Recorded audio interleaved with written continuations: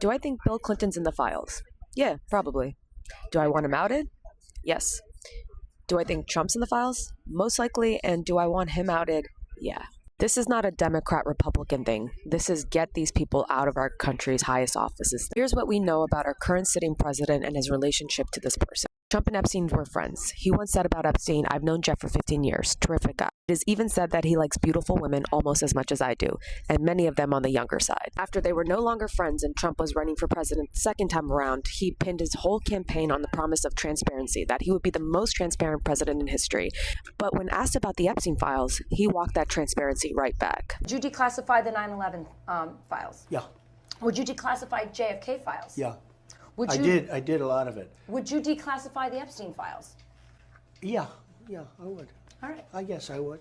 I think that less so because, you don't know it. You don't want to affect people's lives if it's phony stuff in there because there's a lot of phony stuff with that whole world. I don't know about Epstein so much. I didn't know you were going to be talking about this. Beyond that, when people from his own party started demanding that he release the files after he became president, he got angry and turned on them. It's all been a big hoax. It's perpetrated by the Democrats, and some stupid Republicans and foolish Republicans fall into the net. We can look at comments that he's made about people who have been implicated. In 2020, when asked about Ghislaine Maxwell, he said, I just wish her well, frankly, but I wish her well. "This is a woman who was convicted of child sex trafficking, and he had kinder words to say to her than he does for half the country." Recently, when former Prince Andrew was stripped of his titles for his involvement in the situation, Trump was asked about his thoughts on Prince Andrew losing his titles, and he said, It's too bad. I feel badly for the family. nothing about the victim, nothing about why he was stripped of these titles, just sympathy for the family.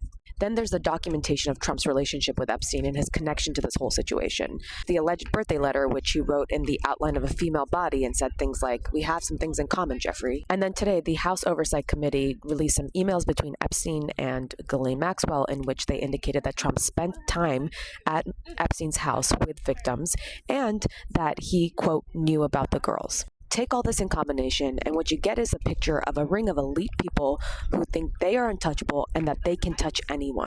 But that's not just me saying that. Trump said that himself. When you're a star, they let you do it.